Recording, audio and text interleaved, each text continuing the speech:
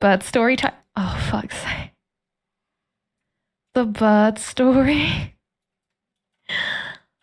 The bird story.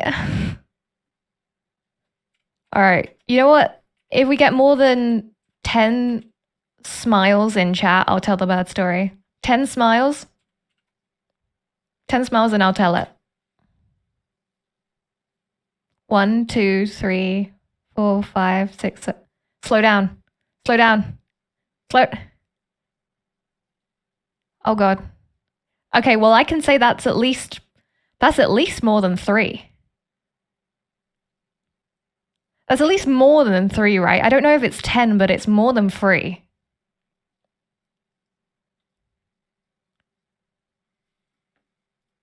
All right. All right. I'll tell the bird story. I feel like I should have a like fireplace background for story times. Maybe that's something I'll bring in the future. Okay. Yeah, we gotta be close by now. It's gotta be like at least like more than 7. More than 7. So the bird story. I had just gone through a really, really bad breakup. And I just moved back home because I'd been living in Ireland. And I moved back home and I was so sad. I was so depressed. And in my garden, there was a pigeon that had just been walking around. He looked a bit worse for wear. He really hadn't, you know, he wasn't going anywhere. He was just walking around in circles, kind of getting like tangled in some bushes, managing to get himself out, and then just kept walking. And he, you know, I waited like at least a day. I left him there for at least a day because I thought he'll fly off eventually. I always put food out for birds and for the foxes, so like there was food if he was gonna eat it, but he wasn't eating. So on day 2, I paused playing Overwatch because Overwatch was the only thing getting me through this horrible breakup. I paused Overwatch and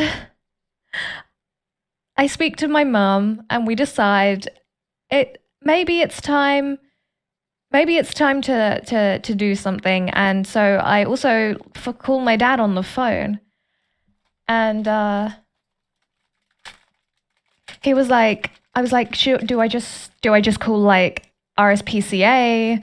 Is there like a bird sanctuary that like we could call up and maybe they'll take him? And he was like, no, you idiot, it's a fucking pigeon. It's a fucking city pigeon. No, just, you know, you either like leave it and let nature do its thing, because eventually like a fox will just come along and eat it, or you end its suffering quicker. And me being the good person I was. Oh.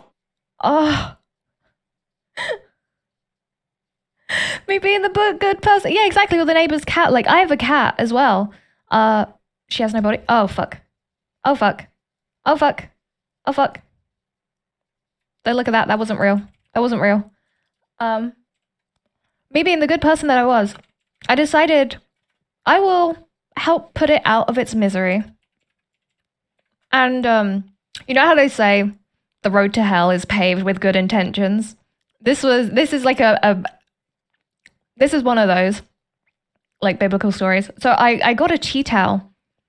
No, I did not feed it to the cat. No. I got a tea towel, and so I got it. No, I didn't. Come, stop it. No, chat. No, it's not paved with pigeon. It's not paved with pigeon corpses. No. I got a tea towel and I wrapped up the bub, and he was really cold and he felt like really hollow. He felt like really fragile. So I held him against me for a little while to give him some warmth, just to be like, it's okay, little guy. It's gonna be okay. Like, you know, like trying to make sure that his last moments in this dimension were not just him scared walking around the garden.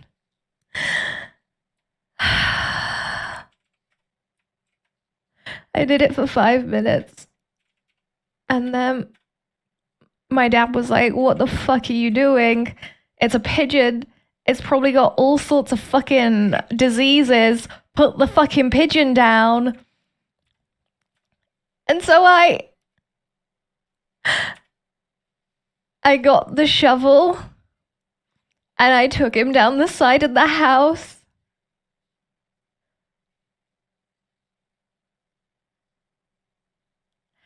And I laid him down.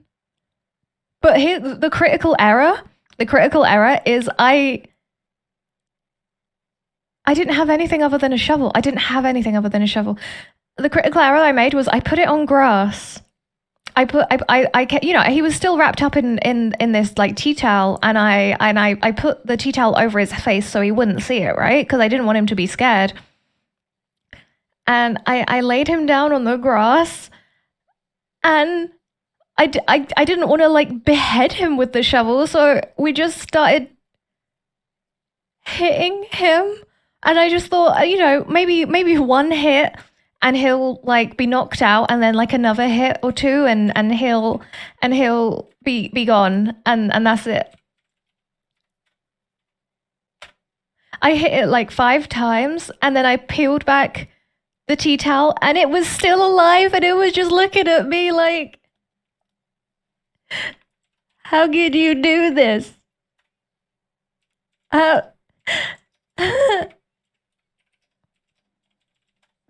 It was fucking terrible. And so I just had to put the tea towel back over and just keep hitting. I just had to keep going. I was just hitting it with the shovel, like, please, just go, please. I don't want you to suffer like this. And that's the error I made. The error was I put it on grass, so it just kind of like made a dent in the grass. And you know, I really didn't want. This is a lot more depressing than I thought. This is my trauma, chat. This is my trauma, and everyone who I tell to, they just laugh at me. They just laugh at me. So eventually it did pass. Like it did. And I just kept him wrapped in the tea towel, and I left him for a fox to have. But I did not intentionally mash the pigeon. Nothing of that was intentional. I thought one hit, it'll be knocked out. One more hit, and it'll be, and he'll be, you know, he'll have gone to the big pigeon heaven in the sky. But it just didn't work. I just had to keep going and going and going and go. This is a horrible story. This is a truly horrible story, and it fucking haunts me. I can't visualize things in my head, but I remember what that pigeon's face looked like when I peeled back the tea towel, and it was just looking up at me like, why would you do this?